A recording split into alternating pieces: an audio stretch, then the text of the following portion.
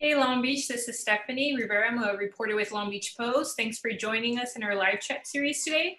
I'm joined by my colleagues Sebastian Echeverry and Niebla regarding just talking about their beats in North and West Long Beach. Guys, thanks for joining me today.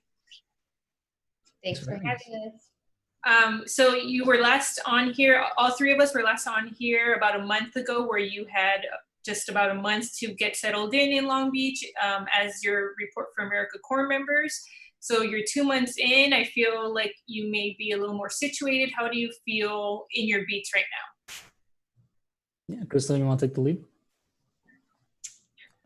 whoever wants to. Or I can start it. So yeah, I remember saying that when I wanted to, my objective with North Long Beach coverage wise was to not go in with a preconceived notion of what it is based on what the media has shown. And historically, there is the argument that media organizations were only in Long Beach, North Long Beach, for crime stories and violent stories. It kind of perpetuated that image of North Long Beach. And while there's no denying that crime and violent acts happen in those areas, just like how they happen in downtown, or they happen in the center or in Signal Hill or in other places of the local area, my objective was to try and look for stories that the community wants, that go beyond the police tape, as I say. And yeah, I feel like I've kind of tapped into some already. I'm starting to get a better footing on some of them, and some of them actually come into fruition. I think last month I did the skate shop story. It's just a hole in a wall story of how it survived the pandemic thanks to niche support from local skaters at Houghton Park. And one that just recently came out this time, which the way I even came across it was just part of being a beat reporter and being in that area. I covered a story about this plant nursery where you can go and buy plants. It's about 9 acres past the 91 freeway up north. It's called Ricardo's Nursery. And they were hosting like these programs, these cultural programs for people to just join. They used to have large scale, like back in February, they had a large scale, Oaxacan inspired, almost like flea market in the nursery. And they had thousands of people, that's what they tell me. But then the pandemic hit and all these events had to be put on the back burner. A lot of them had to be canceled. So what they did is they did smaller scale events. And the most recent one they did was they had an Alebrije painting workshop. So Alebrijes are part of Oaxacan culture, folklore. The more popular version of them is Dante from the movie Coco in Disney and Pixar. They're essentially spirit animals that guide you. And in the movie, they're guided towards I believe the underworld or the land of the dead. Yeah. So these like mini figurines of the animals, like they were having workshops where an artist from Oaxaca, which the town itself is dedicated to this art, came over to the nursery and just helped out and guided people through the sanding process, the painting process of it all. And we posted a video on the Hilo, one of the channels you have to post. And it was stories like that where it's like, okay, that would have never been reported on, I think, if we didn't have people in those areas. And the reason I even came across it was because I was trying to get pictures and more information on another story. It's a homeless housing center that's supposed to be built in North Long Beach. It's across the street from that. And so I was looking on Google Maps. I'm like, well, I'm up here. What things am I missing? There's a North Long Beach Community Garden. The Ricardo's Nursery and North Long Beach Community Garden share the same plot of land. So I thought it was one whole thing. And when the guy told me, he's like, no, this is a 9 acre. They have 1 acre, North Long Beach Community Garden. This is 9 acres here underneath the power cord, the power cables. And they do wholesale plant sale, or just if you want to buy a little fern for your office or something, or a little plant. And I do like that. Great video, by the way. I think it got a lot of positive responses too, just visually how it was. But I do like how it showed that they were able, to abide by the, social distancing rules, and they're still able to provide the space for the community, which I remember you had shared before that, folks in the neighborhood can go through ride their bikes through there and still have that open space, so they're not, cooped up inside. Yeah, which is a story in development. It's essentially, we do understand that North Long Beach is kind of like, well, not North Long Beach in a certain region of it, past the 91 freeway, it's lacking public spaces for like parks and whatnot. And it's not so much that you can go and ride your bike and like they don't necessarily want you to, because if you get injured, it's a liability on them, on the nursery. But they do say like people can walk by, they bring their kids, they unwind after a long day.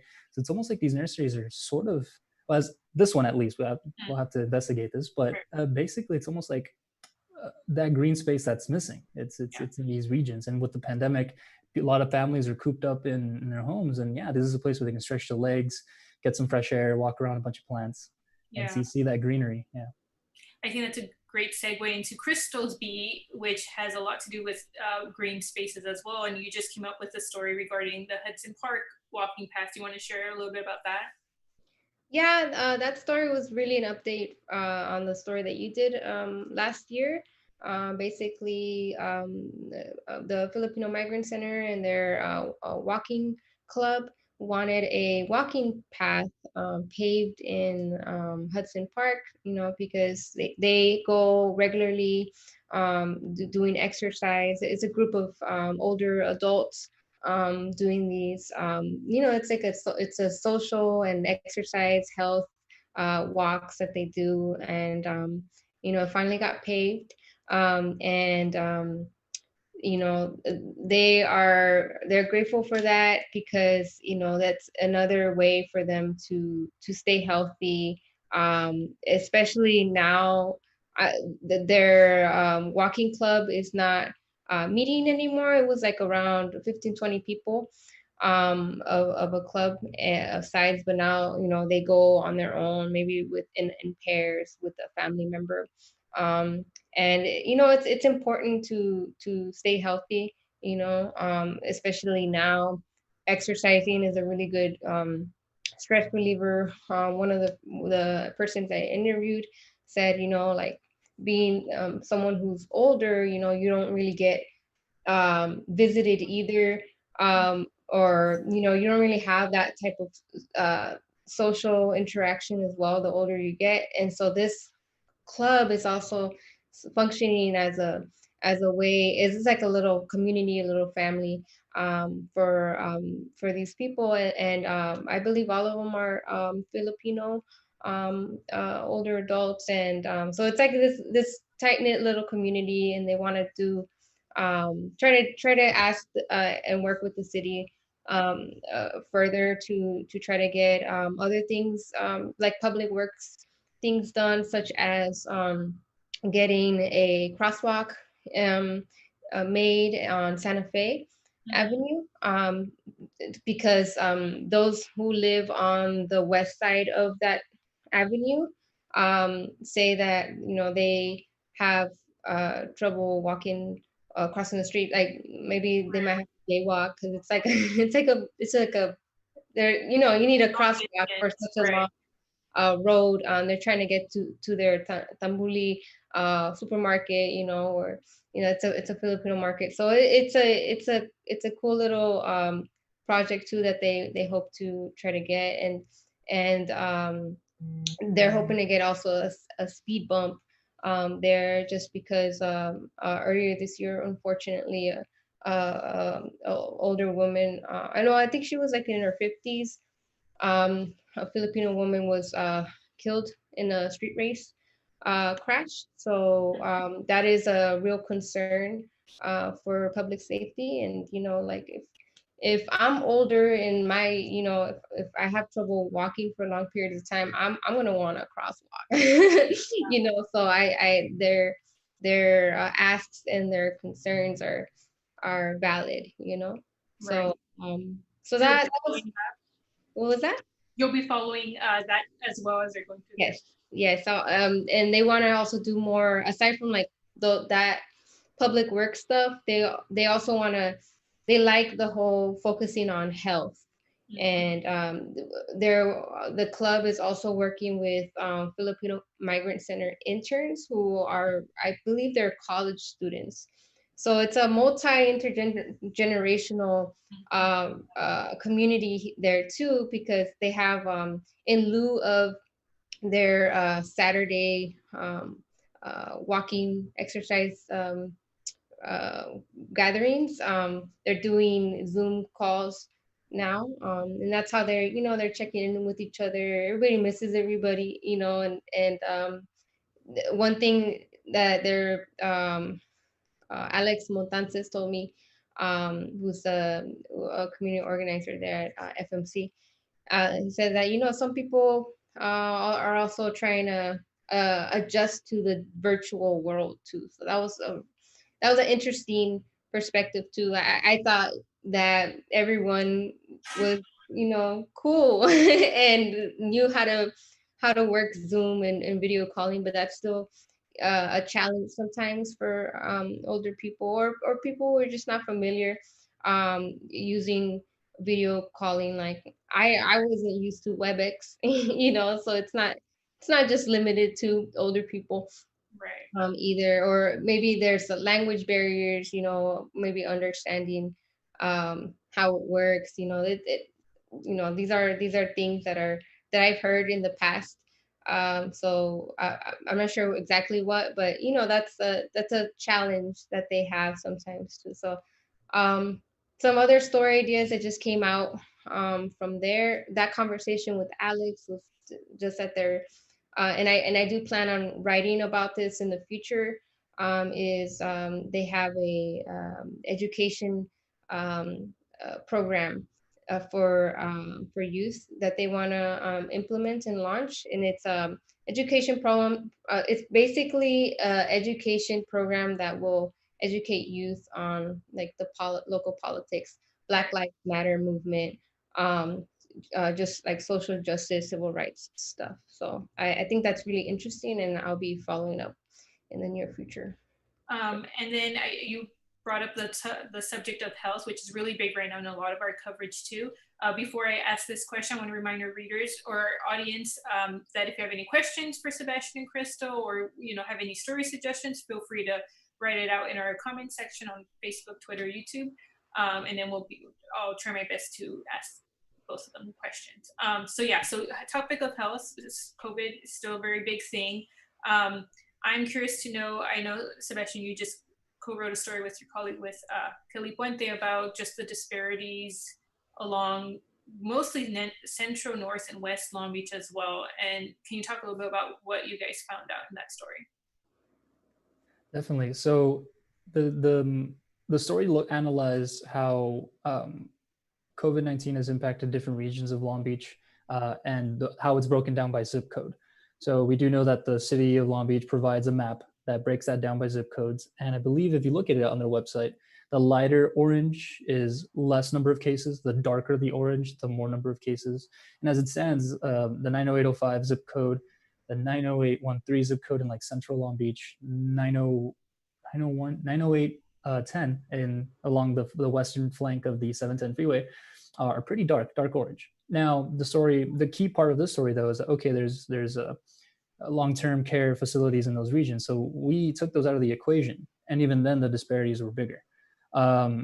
So in part of that, I interviewed Dr. Lisa Nichols with the Children's Center Clinic, the TCC family, and talked about those health disparities, which were documented in multiple community health assessments that are conducted every 3 years. The most recent one came out last year, which is another document that I'm looking into for other story ideas. And it shows that, yeah, just those regions, North Long Beach, West, Central Long Beach, just individuals that have lower income, and they work, they're communities of color, they work essential jobs. A lot of the jobs they can't work from home, so they are more at risk for exposure and whatnot. So it just goes to show that. And North Long Beach having, I believe, the 90805 zip code having about over 90,000 population. That's a large chunk of the city of Long Beach and its workforce. So talking with Rex for the North District, what's or just in general what's being done, and he talked about the Black Health Equity Initiative, which essentially they're trying to take money from the state, from the federal government, that for COVID assistance, and specifically put it in a fund that will go directly. The objective for them is to put it directly towards Black communities, areas where in the past where they've had microloans. for dispersal never made it, or very few amount of loans made it to those businesses owned by Latinos and Blacks. So this initiative, they're trying to create it specifically for those communities. So um, that's just some of the, in his words, it's that this is something that has been known for those, specifically for him speaking for North Long Beach. This is something that's been happening health wise, but COVID-19 was just a perfect storm to accelerate a lot of these issues, or to show them, to really highlight them. Right. And I feel, and from what I understand, you guys are also both working again with Kelly as well, and just kind of further seeing these anecdotes and these real life scenarios, as you say, it's a perfect storm of these essential low wage workers who aren't getting the protection from their employers, and there are a lot of them living in multi-generational households because they can't afford to live on their own. So they're, grandmas, parents, and it could be also a cultural thing too. I know a lot of us, at least in the Latino community as well, we definitely live with our families. We're very close knit, so I know that's part of it too. So it's just a lot of combination of things. So you're scheduled to have a story come out later this week, touching on COVID-19 and in these areas. Krista, if you want to start with what you've heard so far from the people. Today I went to the Jordan Plus High School location, and I ran into two younger people, one of them 18, the other one 22. And they pretty much said that they're not really taking it that seriously. They just because they've heard of SARS in the past, and now they just think that it's the same thing with a different name.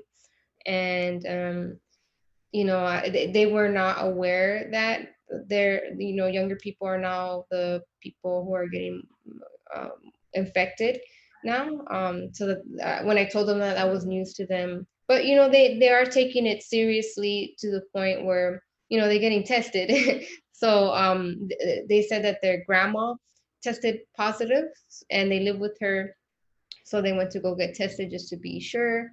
One of them has a 1-year-old daughter, so she wants to, that's an obvious precaution too that they're taking. But while their actions show that they do care, to an extent, one of the persons who went, she just doesn't, it's not that big of a deal to her.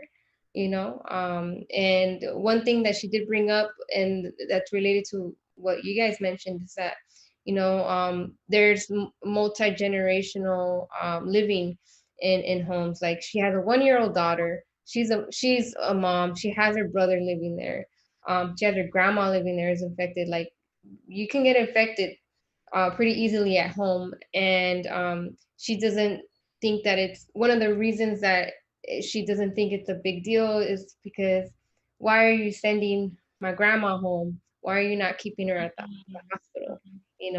And I've heard that sentiment in the past as well. I read an article, like, I don't remember from where, but like, just it being more of a risk for you to be at home than being at the hospital, like getting it from your family members. And with the Washington neighborhood, I was reaching out with the Washington Neighborhood Association, asking around if they know anybody who's been infected. I got off with the phone with the association president, and yesterday he was saying that, like, he knows of several people who've been infected in different apartment buildings in that area. One of which is his niece and her father. So and he says that they are at risk because they're doing these jobs that, like cleaning offices, for example. They're doing these jobs that no one else is going to do. And immigrant communities are being incentivized to work right now because they still, the rent the rent deferment is only going to be deferred for up to a certain time. So they're taking advantage of the situation in a way, like, I'm going to work now so I could save money. So just in case we're gonna have to pay the rent again. So that is the attitude too, or like rather than taking paid time off or just time off and trying to protect yourself, they are risking their health and the health of their family by going out and working. So there's different aspects to this. And then lastly, one other person, she's 18, has asthma. She got infected. She grew up in Wilmington, so she was already someone who's been exposed to, the pollution sources surrounded by refineries, and she now has lingering effects after she had tested negative for it. So she tested positive. She recovered. And now she's negative, but she still has issues. She says she has permanent damage to one of her lungs, and she has a very very light snore now. You know. And she has like foggy brain, and that's something that I have been reading about too. That there's, it's not just that you're getting it's not just a risk of getting infected, it's a risk of living with those lingering damaging. So we got a question regarding, how productive is a contact tracing, and I kind of want to put in a more broader sense. And to you, Sebastian, if you can talk about it, I know you've reported on it before, especially talking to local doctors of just, what is the solutions strategy, especially to these communities? I think I read a little bit of just, trying to connect folks with, health insurance or type of medical help, but contact tracing or any other aspects, what's being done and how effective is it? Right. So the actual data of or how contact tracing is being done is not something I have 100% expertise in. However, speaking with Dr. Elisa Nicholas, who is the CEO of the family clinic, they recently just received about $700,000 from state grants and funds to expand their testing procedures. And the objective is to bring testing regions to testing capacity to regions that don't really have access to that. So in North Long, speaking in North Long Beach, there is Jordan High, who is a testing center there. But this, according to her, this grant was able to expand testing. I don't think they've selected an area yet. They were holding out for the full testing kits, because it's not just a swab, for example. It's a multiple number of items in a bag. They were waiting for the full kit, but they wanted to expand into the Hamilton neighborhood area up there, and I believe another one near the intersection, in Artesia, along Artesia somewhere. I would have to check in again with Dr. Lisa on that, but I do know that part of a strategy, besides a strategy that the city is trying to implement, is getting testing to regions that aren't really don't have a lot of access to that, according to the people I've spoken to. Right. And just, right now I feel like there's just not a lot of data either, just to kind of see what's as effective. We obviously don't have some kind of perfect pill or anything, or injection or anything to really fix it. I know that's still several months away. So I think it looks like now it's just more of the awareness. And I don't know if she talked about any kind of awareness campaigns or anything like that as well. Yeah, well, the objective for them is to try and get that information in multiple. The thing here is, I would say, a language barrier. I do know, to get information on testing and making sure that if you have these symptoms, please take care of yourself and your family, in Khmer, in Spanish. So the clinic has been trying to expand those services. And of course, this is just one element of the multiple organizations working together to address these issues. And Dr. Elisa has said that in the past, she's worked heavily with the Long Beach Health and Human Services Department on a number of things. She also studied, extensively asthma and along the, as they say, the corridor of along the freeway there, the 710. So she's had experience in that. So now with the pandemic and with the virus, they're shifting all the, making sure that families understand the severity of the virus or what it could lead to for some individuals and their families through Spanish, Khmer, and of course English. Mhm. We have a few minutes left, so I want to shift focus just to give Crystal some time, because I know she's been covering a lot within the Washington neighborhood, also a different type of health issue, public safety, and just that whole what's been happening with not just shootings, but I know there's been a lot of conversation about street vendors and their safety in the community as well. Crystal, you want to kind of keep us up to date with what's happening there? The latest thing is yesterday there was a public safety town hall, and it was co-hosted with council member Mary Zendejas and Dee Andrews, and as well as the West and South Division commanders there. And it was mainly the council members receiving questions from residents and then asking them to the commanders, and commanders being very explanatory about why the crime is going up, what type of well, not exactly why, but some of their speculations that they have, or hunches, why some things might be the pandemic and just people feeling frustrated, and loss of job, because there's a lot of property crime going on, car theft and garage burglaries. That was something that the brought up. But also, there's they're also saying that they want more cooperation from residents and just in overall the community, whether that's like churches or mosques or neighborhood associations, because there's this culture of snitches get stitches, and that's a real thing, and the shootings, they said, are mostly, if not all, like gang related, and there's no one particular gang that is doing more than the other, that they said. And one anecdote that he said is, if they're trying to get more information and they find someone who got shot at a hospital and they're trying to ask them information, they're not going to say anything. They're going to try to handle it on their own, because that's the culture there.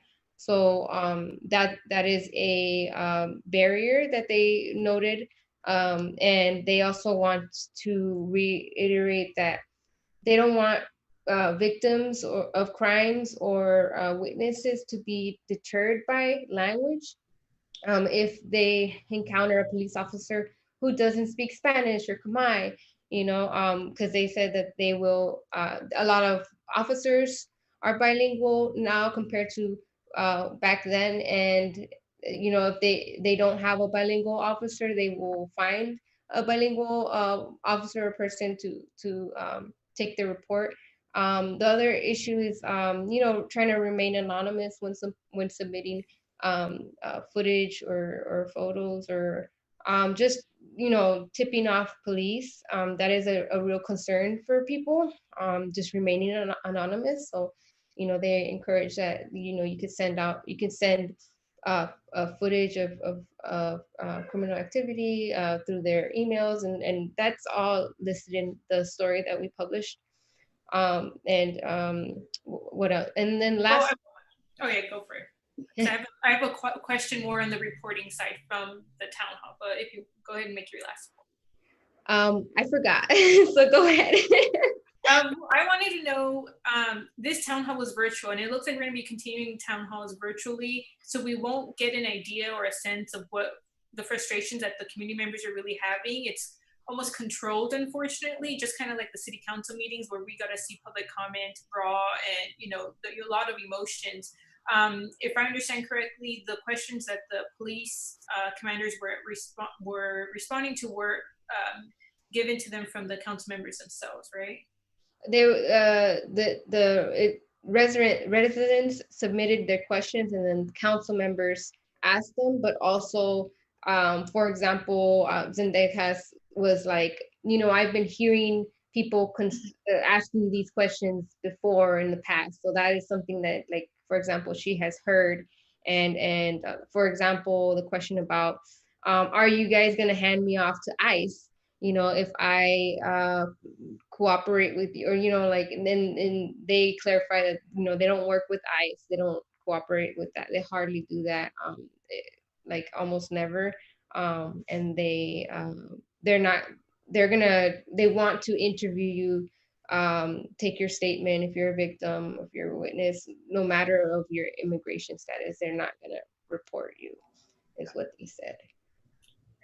And how do you feel about that whole kind of town hall process where you don't really get to see the people either who are making these comments? In my personal opinion, I felt very alone, just because I saw my like your little square, and then I saw their squares, but I didn't see who else was tuned in. I did see some of the questions that were submitted. I did like that, but it didn't really give me a sense of how many people are tuned in, and because that would show me how many people are really trying to get involved. And I did see some comments on a Facebook group saying that someone had trouble getting onto the WebEx. So I did list that there was a phone option. So maybe I don't know, like if people, and there was in Spanish, English, and Khmer, but in my opinion, maybe I should have gone out of my way to translate those instructions more thoroughly, because I just did like a brief on Twitter, and for those who were Spanish speakers that wanted to tune in, maybe they just didn't get it, because it is something new. And I'm gonna be honest, like I was trying to tune in. I'm like, how do you do it? Like it took me like a few minutes. I got on though, and so in lieu of that, there are like community organizing, and the Washington Neighborhood Association is doing that and trying to engage its residents and the first district is where the commander said that a substantial amount of the crime is occurring there, the violent crime. So all right, well, we'll make sure to keep up with that and see what happens with there. It's just over 1:30, so I know we had other plans of talking about some other subjects, but I want to give you guys just kind of last minute to talk about any other things that you're working on, or let the community know about anything. Sebastian, if you want to go ahead and start. Yeah, I think I know a story I'm sure I'm going to have to do at some point is defining what is North Long Beach. Politically, it has its boundaries, but regionally, it also has its boundaries. It's a region of the town that spans across 2 council districts. It's composed of multiple niche neighborhoods that I think don't get a lot of attention, or it's just that people just never really communicated them out. For example, Los Cerritos Heights or Bixby Knolls; those are kind of well known. But then there's Sutter, Grant, Walnut up in North Long Beach. So I want to get into like understanding those. Victoria Village, the boom it's the birth of a business corridor, if you will, and looking into stories about that, and trying to find more of those small business stories, community leaders, and those far reaches of town, almost bordering Compton and Paramount, would be perfect to kind of hear their stories as well. And that's something that I look forward to getting get the hang of and learn more of those stories as I continue with this beat. Cool, thank you. Crystal, how about you? Well, 2 things. First, I want to say, I just want to put it out there that the crime town hall, I'm not trying to say that it was bad. It was informational, it was good. Council members, if you're watching, and commanders, it was a very informational town hall. I just want to be clear about that if it came off wrong. And 2, in West Long Beach, I really want to focus on the Filipino community. I don't really read about it. And it's an unofficial Filipino town. So what I'm hearing. So if you're Filipino and you live there in West Long Beach, is that true? Hit me up. I want to talk. How is it? how is this your community? Just kind of like how Latino communities have their own, like, this is where I go because everyone speaks Spanish, and we have Mexican brands, or Mexican food I can buy from in stores. Like in Cambodia town, you have Khmer speaking store owners and Khmer stores with native like plants. Is that the same case in West Long Beach? Is Santa Fe Avenue this unofficial Filipino town? Tambuli Market. So I want to speak to people from that community, and please reach out, just because I want to really get a feel of that vibe.